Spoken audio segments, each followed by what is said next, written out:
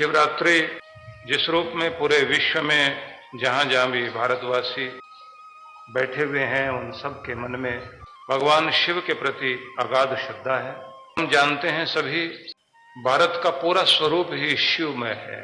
हिमालय भगवान शिव की जटाएं हैं, इसलिए वो पर्वत जहाँ आकर उस भूमि में मिलते हैं जहाँ से समतल भूमि शुरू होती है ऋषिकेश, तो वहाँ के पर्वत को शिवालिक कहा जाता है। शिव की अलकें हैं और वहीं से गंगा पहाड़ों से जमीन पर आती है। पूरे देश में भगवान शिव को पूजते ही नहीं बल्कि हर दिन के लिए भगवान शिव के आशीर्वाद लेकर अपनी जीवन यात्रा को शुरू करते हैं। इसलिए पूरे देश के अंदर सबसे अधिक शिवालय भगवान शिव के ही हैं, मंदिरों में भगवान शिव के मंदिर हैं और दूसरे नंबर पर हनुमान जी के मंदिर हैं। दोनों के लिए विशेषता ये है कि शिव जी को भी आप कहीं भी बैठा दें, किसी पेड़ के नीचे, सड़क के किनारे, जंगल में, शिव कहीं भी विराज जाते हैं। हनुमान जी भी कहीं भी बैठ जाते हैं। इसलिए आपने देखा होगा सड़क के किनारे भी पेड़ों के साथ लोगों ने छोटे से पत्थर को लगाकर और उस पर सिंदूर लगाकर हनुमान जी की आराधना की और हनुमान जी निश्चित रूप से वहां कृपा करने लग गए। राम जी के मंदिर बनाने में मर्यादा का ध्यान रखना पड़ता है। हनुमान जी के लिए कहते हैं कि उन्होंने स्वीकृति दी कि राम जी तो राजा हैं, उनको तो विराजमान करने के लिए मर्यादा चाहिए, लेकिन हम तो राम सेवक हैं, हमें कहीं भी बैठाओ, प्रेम से बैठाओ, हम वहीं पर कृपा करने के लिए तत्पर हैं। तो एक भाव पूरे देश में देखने को मिलता है। हिमालय से लेकर के कन्याकुमारी तक, उत्तर से दक्षिण, पूरब से पश्चिम, सर्वत्र भगवान शिव की आराधना के लिए शिव मंदिर हैं, शिवालय हैं। और आपने देखा है कि भगवान शिव का शिवालय जहां भी पुराने हैं उनका एक नियम है कि द्वार ऐसा बनाया जाता है जहां पहुंचने के लिए भक्त को पहले झुकना ही पड़ता है, जिसका मतलब है कि भगवान की तरफ आना चाहते हैं तो नम्रता से ही प्रवेश मिलेगा। यहां अकड़ के लिए कोई जगह नहीं है। जो विनम्र है वही कृपा प्राप्त कर सकता है। और जैसे ही हम शिव मंदिर में प्रवेश करते हैं तो पहले नंदी जी के दर्शन होते हैं। नंदी जी के दर्शन करने का मतलब हुआ कि भगवान पशुपतिनाथ कहलाते हैं, भूतनाथ भी कहते हैं। भूत कहते हैं प्राणियों को, जीव मात्र को। तो प्राणियों के जो स्वामी हैं, विश्वनाथ, जो पूरे विश्व के मालिक हैं। तो कहा जाता है कि भगवान के दर्शन करना चाहते हो तो पहले जीव मात्र के प्रति दया करने की भावना बनाओ, तो भगवान दर्शन देंगे, जरूर कृपा होगी। निर्दयी व्यक्ति पर कृपा नहीं हो सकती। दया ही भगवान की तरफ जाने का माध्यम है। दूसरा, आप जानते हैं कि भगवान शिव नंदी पर बैठकर चलते हैं। नंदी धर्म है, इसलिए आपने देखा है कि जो शिवलिंग जहां पर है उनके सामने नंदी जी जहां विराजमान है, तो अधिकांश रूप से आपने देखा होगा उनका एक पांव उठा हुआ दिखाई देता है और 3 पांव छिपे हुए दिखाई देते हैं। तो यह समझाया जाता है कि कलयुग में धर्म के 3 पांव छिपे हुए हैं, बस एक ही पांव प्रकट है। कलयुग में लोगों के व्यवहार और उनके जीवनचर्या में दोष है, इसलिए कलयुग केवल मात्र कहते हैं धर्म का एक ही पांव टिका हुआ है। सतयुग में 4 पांव थे, त्रेता में 3, द्वापर में आते आते 2 रह गए और कलयुग में एक ही पांव है। लेकिन इस एक पांव में भी एक बात ध्यान रखना है कि नंदी जी शिव की तरफ देख रहे हैं, इसलिए नंदी जी का मुख शिव की ओर किया जाता है। तो इसका मतलब है कि भले ही तुम्हारे जीवन में धर्म कम रह गया हो, भक्ति कम रह गई हो, बस एक चीज का ध्यान रखना कि जो भी करो, जो भी दुनिया के काम करते हो, अपना ध्यान अपने भगवान की तरफ लगाए रखो तो कल्याण हो जाएगा। ध्यान भटकने मत देना। भोजन करने से पहले भगवान की तरफ ध्यान, कर्म करना कर्म भूमि में तो भगवान की तरफ ध्यान, सोना है तो सोते समय भगवान का ध्यान कर लें, जागते हैं तो जागते समय उस मालिक को याद कर लें। चलते उठते बैठते अपने प्रभु को ध्यान में ले आए तो कहते हैं बस ये एक ही क्रम जीवन का चलता रहे और इस क्रम से कर्म करते हुए हम अपना कल्याण कर सकते हैं। क्योंकि हर आदमी अपनी समझ से बहुत बुद्धिमान बनता है, लेकिन जब उलझनों में फंस जाता है तब पता लगता है कि उसकी बुद्धि किसी काम की नहीं। जब भगवान की कृपा हमारे सिर पर होती है तो बुद्धि अनुकूल होती है और हमारे निर्णय अच्छे होते हैं, और जैसे अच्छे निर्णय होते हैं वो निर्णय ही हमारे भाग्य को बनाते हैं। निर्णय अगर गलत हो जाए तो वो हमारा दुर्भाग्य लाते हैं। तो हमेशा ये कोशिश कीजिए कि हमारी बुद्धि भगवान की तरफ रहे, मतलब सिर झुकाने वाले बने, जीव मात्र के प्रति दया करने वाले बने, और जैसे नंदी का ध्यान हर समय शिव की ओर है तो ऐसे हमारा ध्यान भी भगवान की ओर रहे। अब एक अगली चीज और ध्यान देना कि भगवान शिव की पिंडी पर लगातार जलधारा गिरती है। वो गंगा का परिचायक है कि गंगा अविरल बह रही है, हजारों लाखों वर्षों से शिव के जटाओं से होती हुई धरती पर आ रही है, और धरती पर जल सिंचन करते हुए प्राणी मात्र का कल्याण कर रही है। लेकिन यहां ध्यान देने योग्य बात है कि जो जलधारा गिर रही है तो आप लोग बूंद बूंद करके शिवलिंग पर जलधारा गिराते हैं। यह ध्यान से समझना संदेश है भगवान शिव की ओर से कि भले ही तुम्हारी भक्ति बूंद भर हो, समय थोड़ा दो, लेकिन लगातार दो, हर दिन दो, कोई दिन छोड़ो नहीं, तो कल्याण हो जाएगा। अगर आप किसी दिन 2 घंटे बैठ गए, मूड आया, और फिर 4 दिन तक भक्ति की नहीं, और फिर की तो एक दिन 5 मिनट की, उसके बाद में फिर आप 15 दिन के बाद फिर बैठ गए भक्ति करने के लिए, उस दिन आप पूरा दिन ही भक्ति करते रहे, तो फल तो उसका भी है, लेकिन प्राकट्य नहीं होगा, भगवान का प्राकट्य नहीं होगा, कृपा नहीं पूर्ण प्राप्त हो सकेगी। जैसे हम लोग प्रत्येक वर्ष यज्ञ कराते हैं, गणेश लक्ष्मी महायज्ञ, तो उसमें पहले दिन जब अग्नि स्थापन होती है तो अरणि मंथन किया जाता है, लकड़ी से लकड़ी को घिसकर आग प्रकट की जाती है। तो अग्नि के लिए अरणि मंथन होता है, लकड़ियों को गोल गोल ऐसे, जैसे दूध बिलोते हैं मक्खन निकालने के लिए, दही को बिलोते हैं, तो ऐसे वो लकड़ी के ऊपर लकड़ी रखकर ऐसे ऐसे उसको घर्षण करते रहते हैं। उसमें यह नियम होता है कि अगर आपका श्वास टूट गया बीच में तो दोबारा से शुरू करो, नहीं तो अग्नि प्रकट ही नहीं होगी। और अगर आप लगातार लगातार लगातार लगातार करते रहे तो थोड़े समय के बाद उसमें से धुआं उठना शुरू हो जाता है, चिंगारियां आने लग जाती हैं, उसके बाद रुई लाकर रख दी जाती है, चिंगारियां रुई में आ जाती हैं, और रुई की चिंगारियां जब रुई के अंदर आ जाती है तो फिर नारियल के रेशे रख देते हैं, रेशों में अग्नि आ जाती है, उसके बाद में पतले पतला कुछ ईंधन रख दिया जाता है, अग्नि उसमें आ जाती है, और फिर जैसे कोई माँ बच्चे को दुलराती है ऐसे वो अग्नि को लेके दुलराते हैं, अग्नि प्रचंड हो जाती है, और फिर उसके बाद मंत्र पाठ करते हुए कुंड में अग्नि को स्थापित करते हैं।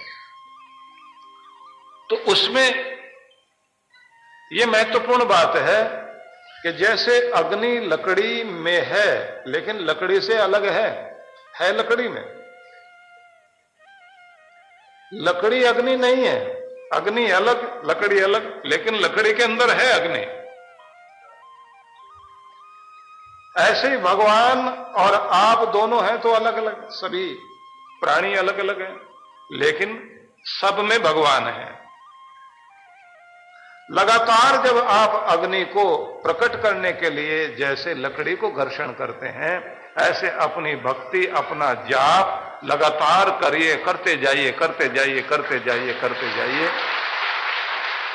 तो जैसे लकड़ी से अग्नि प्रकट होती है, माचिस से आप रोज देखते हैं घर्षण करते ही उसमें से अग्नि प्रकट होती है, और वैसे माचिस आप अपने पॉकेट में रखिए, न तो उसमें से कोई आंच आती, ना लाइट आती, प्रकाश बिल्कुल नहीं आता, और गर्मी तो बिल्कुल नहीं लगती। माचिस की तीलियां अग्नि से भरी हुई हैं, लेकिन पता नहीं लगता उसमें आग भी है।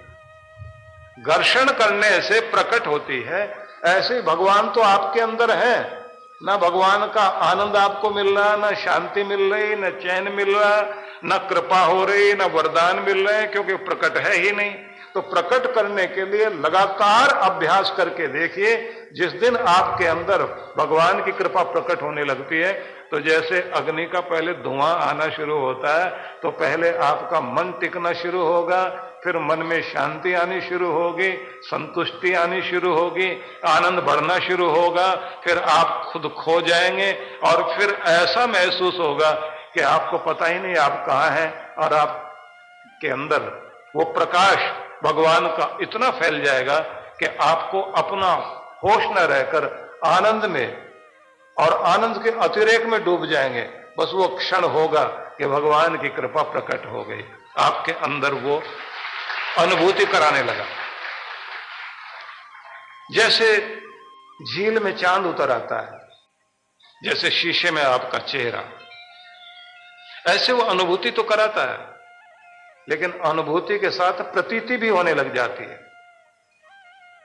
प्रतीति इस रूप में होने लग जाती है कि जैसे अग्नि के प्रचंड होते ही आपको उसका ताप मिलना शुरू हो जाता है, उसका प्रकाश मिलना शुरू हो जाता है। ऐसे ही भगवान को प्रकट करना होता है, लेकिन उसके लिए निरंतरता चाहिए। वर्णन आता है हमारे शैवागम और पुराण, 7 पुराणों में भगवान शिव की चर्चा है, और महाभारत के वन पर्व में भी भगवान शिव की चर्चा है।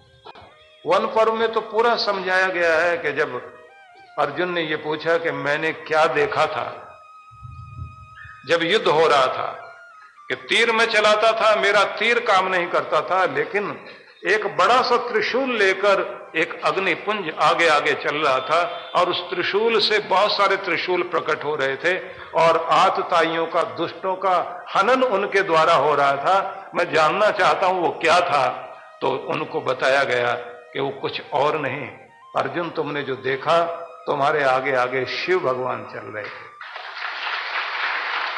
क्योंकि शिव जहां शांति, आनंद, प्रेम बरसाते हैं, वहां दुष्टता को नष्ट भी करते हैं। संहार का काम ही उनका है।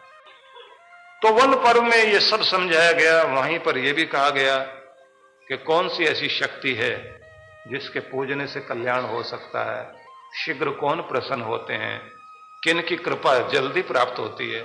तो सब उत्तरों में एक ही उत्तर दिया गया कि भगवान शिव ही शीघ्र प्रसन्न होते हैं और जल्दी कृपा प्राप्त की जा सकती, इसलिए उनका एक नाम है आशुतोष, जल्दी मन जाते हैं।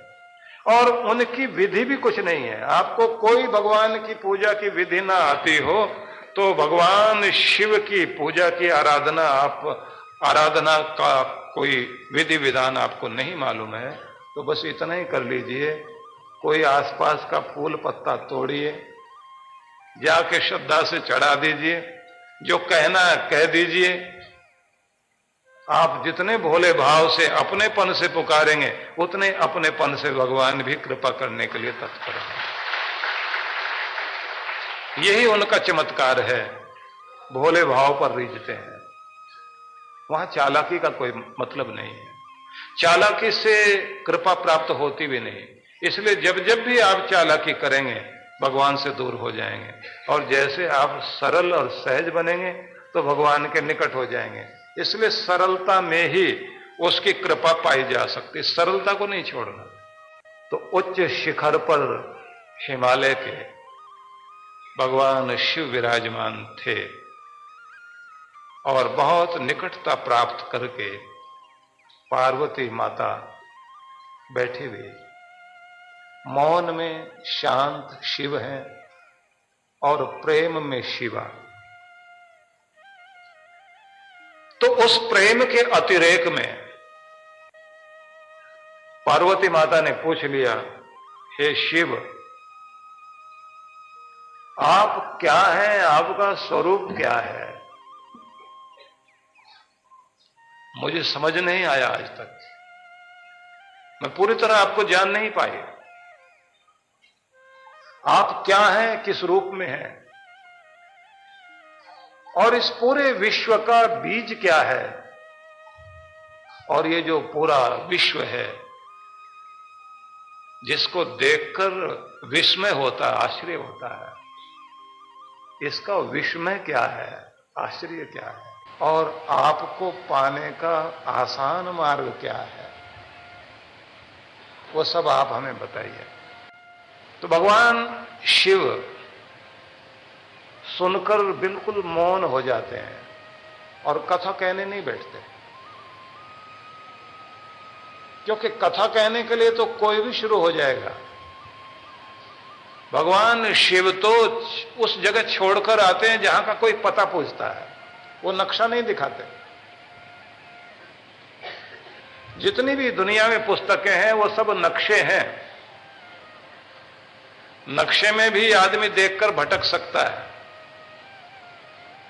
गुरु ऐसे है कि जैसे कोई वहीं उसी जगह का रहने वाला हो और वो कहे कि नक्शा छोड़ो, यहां से इशारा कर देता है, यहां से सीधे चले जाओ, आगे से मुड़ोगे और सामने देखोगे जो तुम ढूंढ रहे हो मिल जाएगा। तो गुरु ऐसे इशारा करता है। लेकिन शिव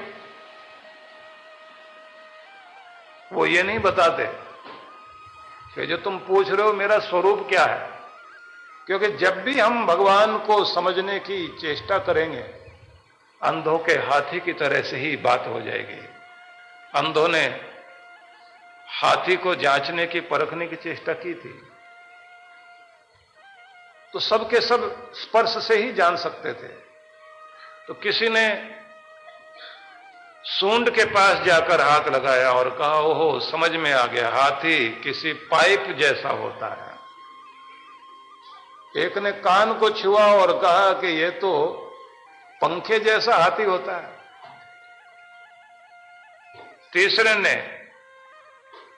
उसके पांवों को छुआ और छूने के बाद कहा खंबे जैसा हाथी।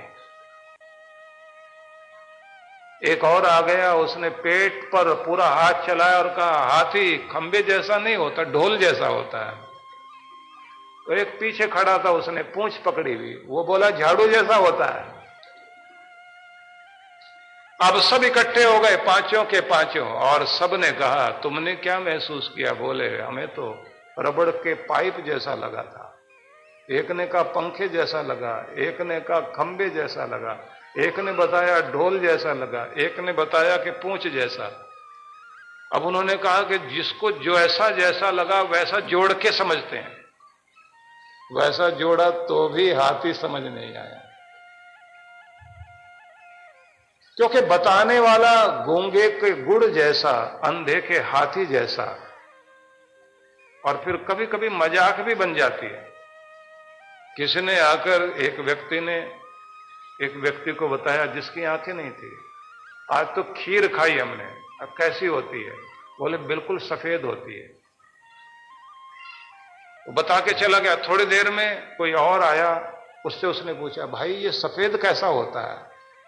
बोले बगुले जैसा होता है। वो भी बता के चला गया।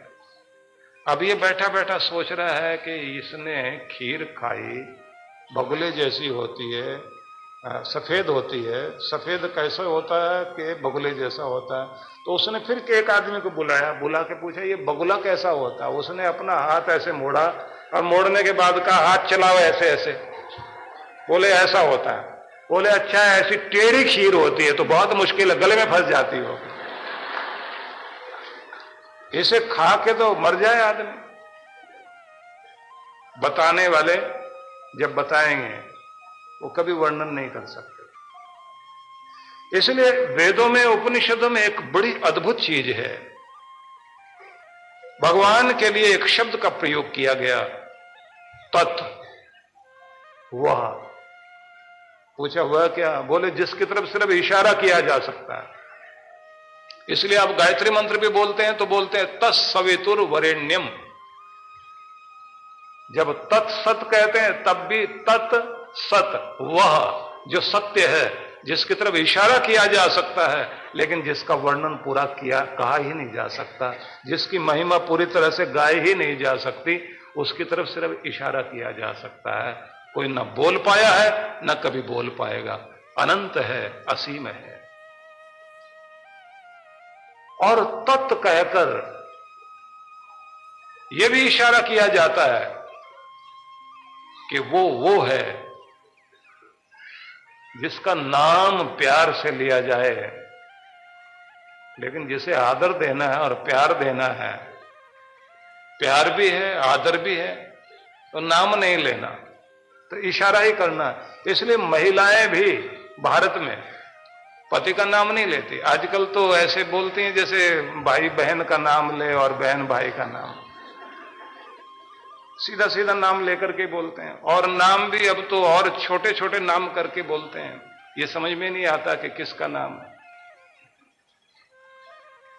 पुराने समय में तो पूरा ध्यान रखा जाता था। अभी भी बहुत सारी महिलाएं हैं जो ये जी, वो जी, सुनो जी, ये सब बोलती हैं। उससे पहले वो भी होता था कि ये जी भी नहीं कहती थी, कुंडी खटखटा करके या तवे पर चिमटा मार के या चुटकी बजाकर। कुछ अभी भी सुनो जी, लिसन कहकर भी बोलते हैं। लेकिन ये सब इशारे हैं कि नाम नहीं लेना, आदर देना है। तो कहा कि वह प्रभु जिसको इशारा तो किया जा सकता है लेकिन जिसकी महिमा पूरी कभी नहीं कही जा सकती, उसे आदर दिया जा सकता है, प्रेम दिया जा सकता है, उसके प्रति सम्मान व्यक्त किया जा सकता है, लेकिन उसकी महिमा को पूर्ण रूपेण न कभी कोई कह सका है न कह पाएगा। और उपनिषदों में एक शब्द चला, नेति नेति नेति। ये नहीं है, ये नहीं है, ये नहीं है, जो तुम कह रहे हो वो नहीं है। पहले कहा जाता था कि पति परायणा महिला, पति का नाम नहीं ले। और पुराने जो ग्रंथों में वर्णन आते हैं वहां ये ए जी, ओ जी, सुनो जी नहीं था, वहां आर्य कहकर बोलते थे। सीता जी का उद्बोधन राम जी के प्रति आर्य कहकर पतिदेव के लिए, उसी को कहते हैं कि वो आर्य नहीं रहा, वो अरे अरे कह करके बोलने लगे, बिगड़ गए। कभी कभी कुछ ऐसा भी होता है, जैसे एक महिला, पति ने कहा था कि जाओ दर्जी से कपड़े लेते आना। अब कपड़े लेने के लिए वो दर्जी के पास में गई। उसने कहा कि इनके कपड़े तैयार हो गए क्या? बोले इनके किनके? आप पर्ची तो लाए हैं? उसने कहा पर्ची तो मैं घर भूल आई हूं। तो फिर हम कैसे जाने कि इनके कपड़े? आप उनका नाम बताइए। बोले नाम तो मैं नहीं लूंगी, मैंने आज तक नहीं लिया, तो नाम कैसे लूं? तो उन लोगों ने कहा कि फिर आप कल आइए। बोले मैं इतनी दूर से चल के आई हूं कि अच्छा कोई इशारा कर दीजिए जिससे हम समझ जाएं। बोले उनका नाम किसी फूल पर है। तो सबने सहायता करनी शुरू की। बोले गेंदालाल। बोले कैसा आप बोल रहे हैं, गेंदा मेंदा क्यों बोल रहे हैं आप? बोले चंपकलाल, चंपा। नहीं नहीं ऐसा नाम नहीं है, ये तो बहुत पुराने नाम है। बोले अच्छा गुलाब। बोले नहीं ये भी नहीं है। अच्छा मोतीराम।